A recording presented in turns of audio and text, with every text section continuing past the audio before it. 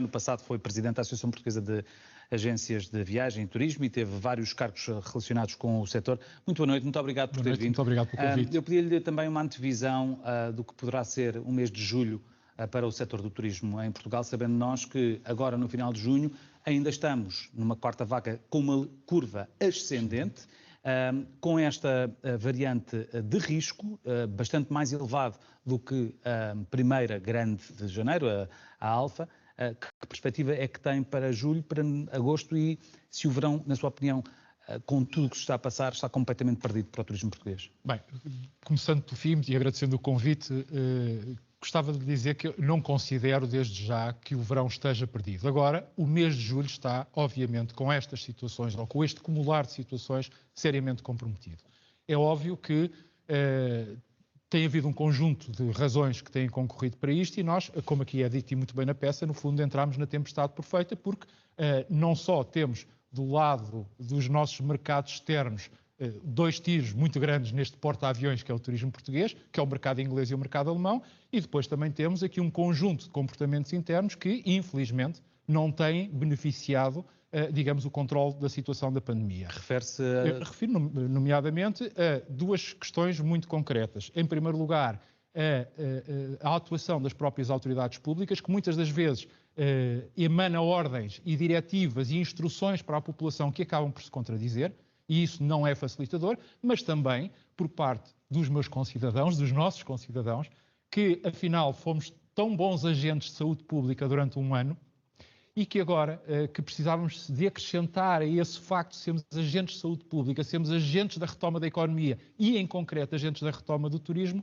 estamos, como vimos, basta ligar a televisão, como vimos todos os dias. E, portanto, no fundo, junta-se aqui um conjunto vasto de situações. Para além disto, ou como se isto não fosse por si só já muito suficiente, temos uma União Europeia que, apesar destes sinais de unidade, com os certificados digitais Covid que vai dando, no fundo são recomendações do Conselho Europeu que acabam por deixar sempre um travão de mão a cada um dos Estados-membros para ser utilizado, como agora no caso do alemão foi.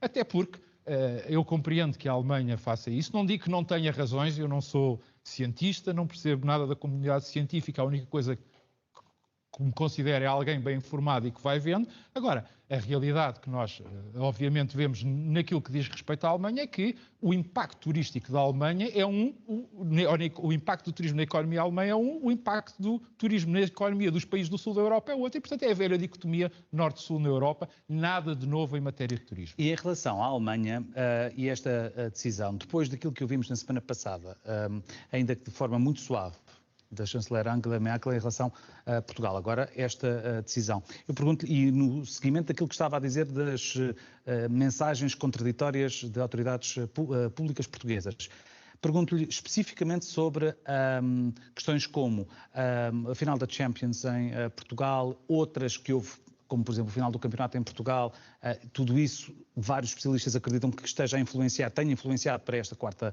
vaga, mas em especial relativamente ao que se passou com a Champions. Houve imprudência, na sua opinião, da parte do Governo ao ter anunciado publicamente que os adeptos viriam em bolha para o Porto e depois o que aconteceu foi exatamente o oposto?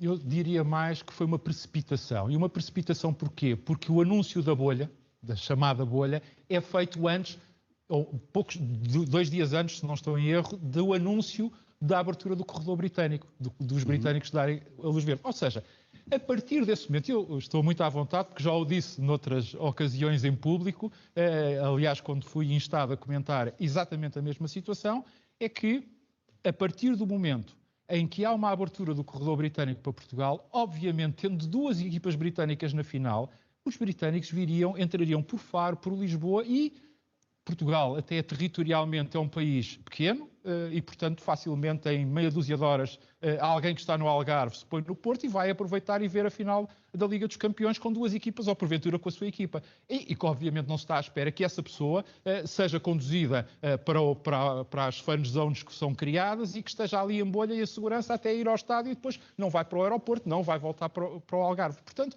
aí houve esta precipitação, ou seja, faltou se calhar um bocadinho de conhecimento turístico, porque isto para qualquer profissional turístico ou que atua ou que esteja habituado do turismo, sabe que uma operação turística tem estas condicionantes e têm que ser previstas. E, de facto, houve, por isso não direi que houve imprudência, obviamente isto não é propositado, mas houve este relaxar que não devia ter acontecido. Mas essas mensagens diferentes, contraditórias que dizia há bocadinho, podem ter reflexos no setor turístico de forma mais sustentada, ou seja, haver mensagens que são contraditórias. Que estabilidade é que o setor do turismo consegue ter e que estabilidade é que o estrangeiro, o turista estrangeiro ou as agências de viagens estrangeiras ou as companhias aéreas estrangeiras conseguem ter num país com estas mensagens? Pois, a questão é exatamente essa, ou seja, nós aqui do ponto de vista interno, aquilo que se passa é que quando passamos este tipo de mensagens, e por exemplo, repare, hoje em dia, neste momento, basta ver a imprensa internacional para nós vermos o enorme destaque que está a ser dado a este andar para trás nos desconfinamentos de Lisboa e da Albufeira. E a Albufeira já é o Algarve. Porquê? Porque nós não nos podemos esquecer que nós estamos numa guerra de saúde pública, numa guerra sanitária. O mundo está a travar essa guerra há 1 ano e meio. Mas também há aqui uma guerra económica e há uma competição feroz pelos fluxos turísticos internacionais que são ainda muito escassos. E, portanto, todas essas notícias são alimentadas pelos nossos concorrentes. Porquê? Porque o nosso mal é o bem deles. Quem não vem para Portugal vai para a Espanha, para a Itália, para a Grécia, para a França e por aí fora. E, portanto, é natural que assim seja. Por outro lado, do ponto de vista interno, eu sinceramente não compreendo que, por exemplo, um restaurante em Lisboa, que durante a semana pode estar aberto até às 10h30 da noite, ao fim de semana tem que fechar às 3h30 da tarde. Será que o vírus não infecta tanto no sábado à noite? É uma pergunta que eu faço. Ou, por exemplo, está aberto um centro comercial ou um hipermercado. Não tenho nada contra essas atividades, muito bem. Mas, por exemplo, um casino não pode estar aberto. Ou seja, que estamos a falar de estruturas grandes, todas elas cumprem as regras de segurança sanitária e, portanto, este tipo de informações, obviamente que isto aliado. E depois há males que às vezes, há bens que não ajudam e que vêm por mal. O excelente progresso que nós temos tido na vacinação e quando o comum dos cidadãos olha e vê os números que, a nível de internamentos, apesar de estarem a subir, mas não são nada comparados com o que já tivemos no passado, o número de fatalidades também não é nada comparado com o passado. E, portanto, começa a ver estes números, não olha propriamente para o número de infectados, que esse sim está a crescer. Mas a vacinação está a fazer o seu efeito e, portanto, há um sentimento de falsa segurança. E tudo isto tem que ser contado do ponto de vista da atividade económica do turismo. E isso provoca reações dos consumidores. Com estas decisões agora anunciadas pelo governo português em relação ao mercado britânico hoje e pela Alemanha, que entra em vigor hoje à meia-noite, há alguma alternativa que os operadores turísticos portugueses possam encontrar noutros mercados europeus que consigam minimamente compensar estes dois principais mercados, entre os 4 fortes? Até porque estamos aqui a falar de mercados de proximidade, quer dizer, há muitos meses que eu tenho dito, aliás, quando lancei as previsões turísticas para este ano, se me permite a falsa modéstia, disse logo que o ano turístico se ia decidir, isto era uma evidência para qualquer pessoa que está no turismo, portanto não sou propriamente um iluminado, é que ia se continuar a basear no mercado interno e nos mercados externos de muita proximidade.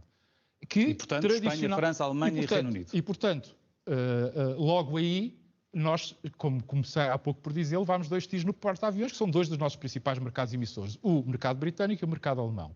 E, portanto, a situação torna-se complicada e não há possibilidade de substituir. O que há é de começarmos urgentemente a continuar com o plano de vacinação e acelerá-lo na medida do possível e que haja vacinas, porque também não depende só de nós, e também que todos nós, que cada um de nós, que todos os dias ganhe consciência de uma coisa que eu acho que é muito importante e se me permite reforçar esta ideia. Fomos agentes de saúde pública, temos que ser agentes da retoma turística e todos nós temos responsabilidade, porque é a economia do país que afeta e isso é a outra pandemia, a pandemia económica que nos pode afetar num país onde eu acredito que o turismo ainda vai dar este ano boas notícias, porque não quero também terminar sem dar uma palavra de esperança, e acredito mesmo que de agosto em diante nós vamos começar paulatinamente a progredir em termos de turismo e, felizmente, Portugal tem uma oferta turística riquíssima e, portanto, mesmo após o verão, vamos ter muito produto turístico e vamos conseguir seduzir muitos consumidores que estão ávidos de viajar por essa Europa fora para virem até nós e vamos recebê-los com toda a segurança sanitária. Agora, para já, temos que fazer o trabalho de casa. Deixo o vírus também que isso aconteça, porque com esta Delta estamos todos a apanhar uma grande surpresa com a força com que ela está a chegar e com casos de pessoas que vacinadas, completamente vacinadas, estão a ser também algumas infectadas. Atílio Forte, muito obrigado por ter vindo à edição da noite. Muito boa noite. Vou dispor.